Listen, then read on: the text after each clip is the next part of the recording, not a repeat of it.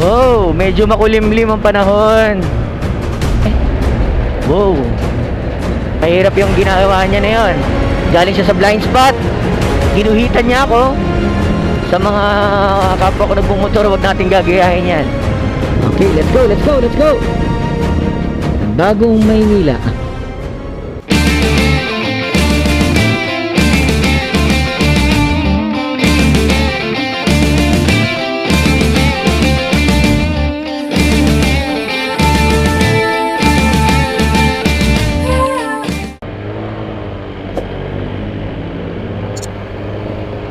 Alright, mapagpalang araw muli sa ating lahat. Panibagong araw. And of course, panibagong vlog na naman. And another city driving muna ulit tayo mga kabiyahero.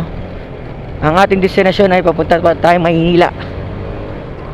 Yes, ang exact ay sa Holy Christian High School. At base sa aking mapa, ayan, siya ay located sa Tondo. Sa Tondo na po siya mismo. Okay, actually halos bihira tayong magawi dyan sa Tondo. So ngayong weekend, titingnan natin yung daloy ng trafiko. Kung okay po ba ang daloy ng trafiko papunta doon. Andito tayo sa Quezon City, Fairview. Babaybayin ulit natin ang Commonwealth. Samahan nyo ako sa short ride papunta sa Tondo, Maynila. Oh, medyo makulimlim ang panahon. Sana hindi bumuhos ito. Ilang kilometro lang naman ang ating tatakbuhin simula dito sa ating pinanggalingan. Kaya sana makaabot tayo ng hindi umuulan. Napaka-hassle kapag umuulan. Bigla-biglaan na lang umuulan. Dahil sa ngayon, may batas na po tayo na ang mga nagmomotor, once na umulan, ay bawal na pong may standby sa ilalim ng footbridge. Yan na po ang batas na sinatupad ngayon. Dahil nakakasagabal nga naman sa traffic. Kaya dapat naka-ready na ang ating mga kapote. Pero bilang nagmumotor nga, ako na-experience ko, sobrang napaka-hassle. Dahil syempre, pag nagmamadali ka, nanakaw din ng oras eh. Parang kukonsumo din ng oras. Lalo na pag nagmamadali ka nga, maghihinto ka, maglalagay ka ng kapote. Kung wala ka namang pang cover sa sapatos, magtatanggal ka ng sapatos, magpapalit ka ng sandals or slippers. Yun, ganun ka-abala kapag ka umuulan. Pero syempre, ang kalikasan niyan hindi natin alam. Napaka-unpredictable ng ating panahon ngayon. Kapag umulan, hindi bigla-bigla na lang. At kapag uminit naman, ang tindi ng init. Kaya payo ko sa ating mga nagmumotor, ayan, magbao ng tubig. Kasi minsan hindi natin alam, iinit, uulan. Kaya dapat handa ang katawan natin para iwas sa sakit. Lalo na ang mga kapatid natin mga mototaxi driver, ating mga delivery rider. Yan, yung mga naghahatid ng parcel. Kaya kailangan malalakas ang katawan natin. Meron pa tayong 20 kilometers na tatakbuhin simula dito sa Fairview papunta ng Tondo, Maynila. Yan, kahit weekend medyo marami talaga ring sasakyan. At asahan kapag weekend, yan, maraming tao sa labas. Yan, puno ang mga jeep. Akala ko kahit weekdays lang dahil pasukan. Hindi, pati ang weekend. Puno ang jeep, oh. Marami din nagmumotor. And halo-halo yung mga tao dito. For sure, malamang galing sa church, iba mall, namamasyal sa kung saan-saan. Kaya yan, asahan ang daloy ng trafiko pag weekend. Dahil marami ring tao sa labas. Dahil syempre, tulad natin, minsan, kapag tayo ay stress sa trabaho, or pagod sa trabaho, kailangan din natin minsan na pumasyal-pasyal. Ayan. Medyo maluwag dito, ha? Medyo maluwag. At magandang balita yan para tuloy-tuloy ang biyahe natin. Actually dyan sa east, west hanggang north Fairview, yan, tingnan nyo yung kabilang side. Yan. Kasi ang korte nito parang paimbudo type eh, pasikip. Kaya medyo nagsisiksika na yung mga sasakyan pagdating dyan. Ito na tayo sa Commonwealth, ang lagi nating ruta kapag tayo ay bumabiyahe. Yan. Commonwealth, tatagos ka papuntang EDSA. Kung taga dito ka lang banda, wala ka ibang route kundi etong Commonwealth ang dadaanan mo. Gumanda na ang kalsada dito sa Commonwealth. Parang kailan lang medyo mahirap mag-drive dito dahil ayan, bitak-bitak pa yung daan. Ngayon ayan, okay na siya. Nalinis na. Oo nga pala guys, kung wala lang akong lakad ngayon, iba sana ang destination ko.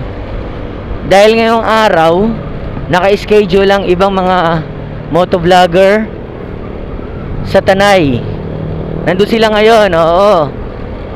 Nakakapanood kasi ako ng vlog ng ating isang iniidolo na si Boss Reed. Ngayon ay naka-schedule sila ngayon sa Georgios Peak. Kung wala akong lakad ngayon, nako, malamang makiki-join tayo doon at para makita natin mga iba't ibang iniidolo natin. And of course, syempre, masilayan din yung ganda ulit ng Tanay. Yan, sana makabalik ulit tayo dyan sa Tanay. Marilake. Yan ang isa sa pinakagustong gusto ko talaga na laging puntahan, ang Marilake. At dito sa parte na to, yan, dito may ginagawa. At mga ilang araw lang siguro, magiging ganito na ulit yan. Mas panatag kaming mga nagmumotor kapag ka ganito ang dinadaanan namin kalsada. Kung ano man ang pinagkakaabalaan mo sa araw-araw at ginagawa mong service ang iyong motor, kailangan ng doble ingat. Alright, dito na tayo sa Quezon Avenue guys. Yan ang Quezon Avenue. Yan ang nagdudugtong sa Quezon City papuntang Maynila. Marami ding daanan dito. Pwede ka rin tumapos papuntang EDSA. Yan, kung dadaan ka dyan sa ibabaw. Tayo ay patungo ng Maynila, kaya dito tayo sa ilalim. Yan, ito yung sitwasyon. Medyo may marami din sasakyan. Pero hindi ganun kasiksikan ng mga sasakyan. Dahil weekend nga. Walang pasok ang mga estudyante. Mahirap yung ginagawa niya na yun. Galing siya sa blind spot. Ginuhitan niya ako at kinat. Then pumunta sa kabilang lane. What if kung yung kabilang lane mabilis siyang takbo, pwede siyang masalpok nun. Kaya sa mga kapwa ko nagmumotor, wag nating gagayahin yan. And of course, kahit nasa Quezon Avenue na tayo, meron din sila ditong motorcycle lane. Ayan, para sa safety ng lahat. Ito ang motorcycle lane ng Quezon Avenue. Ayan, maganda ang panahon. Medyo malapit na tayo, kaya mukhang hindi tayo aabutan ng ulan. At sana tuloy-tuloy ito hanggang sa pagdating natin dun sa ating venue. At nandito tayo sa Delta Highway. Oo, katawagan nilang Delta Highway. Ditong kanan, papunta ng West Avenue. Dito ay patimog. Yan, ito yung crossing na to. Yan, itong stoplight na to. Yan, West Avenue. Diyan ang timog. Yan, going straight tayo. Dire-diretso lang ang biyahe. At ito ang sitwasyon ng trapiko ngayong weekend dito sa papuntang Maynila. Yan, maluwag ang kalsada papuntang Maynila. Yan, nandito na tayo sa Araneta Avenue. So, dito tayo dadaan sa ilalim.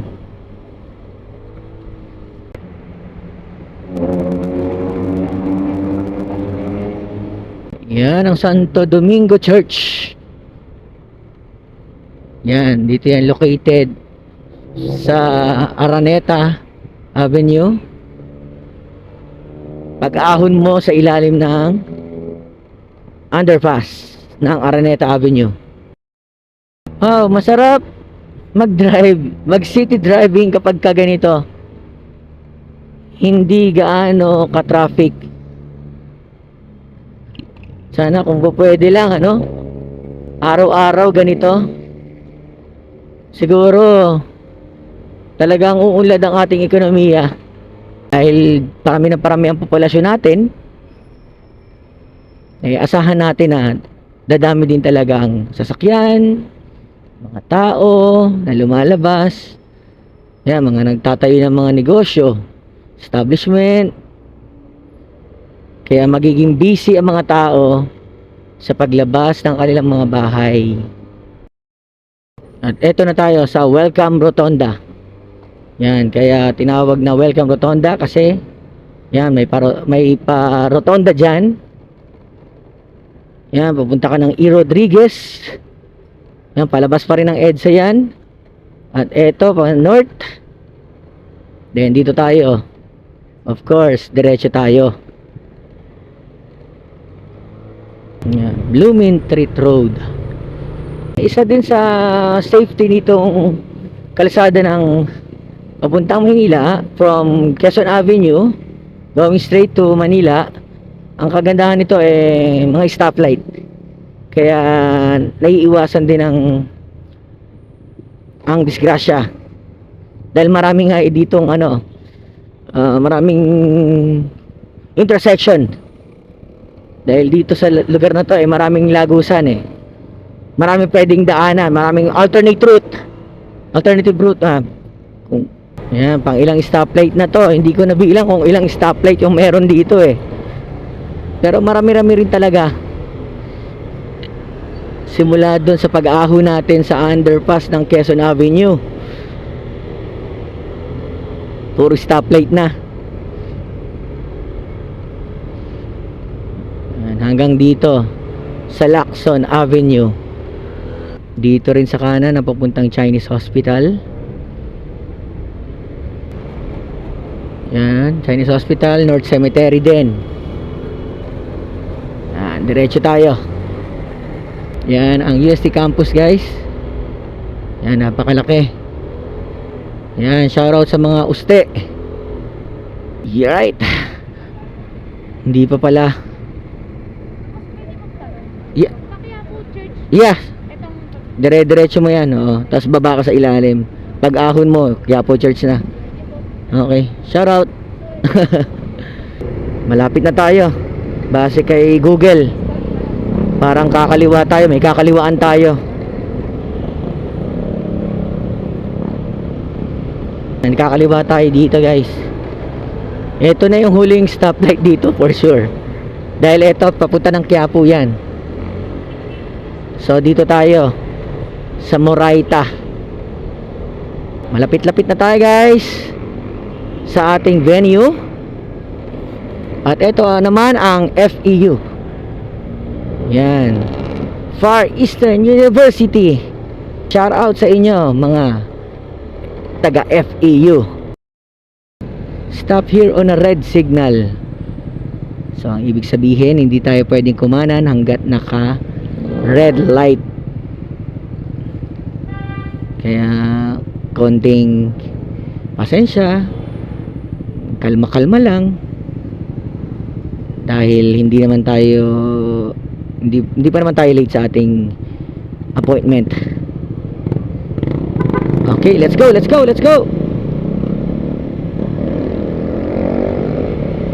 Tayo ay nasa rekto na. Yan ang Pabinondo. Dire-diretso ang Pabinondo. At dun sa ating pupuntahan, Tondo. Yan ang sitwasyon dito sa Recto, Manila. Bagong Maynila. Yes, Bagong Maynila nga ang tawag nila. Dahil malaki din ang pinagbago nito. Dahil dati maraming vendors dito, nakakalat. Yan, kaya nilinis nila ngayon. At maganda naman ang kinalabasan. Hindi pa rin natatapos ang stoplight. Marami pa ring intersection dito sa may papuntang Tondo. Okay, sana nga ba tayo? Okay, kakanan tayo. Ayun ang Benavides Street.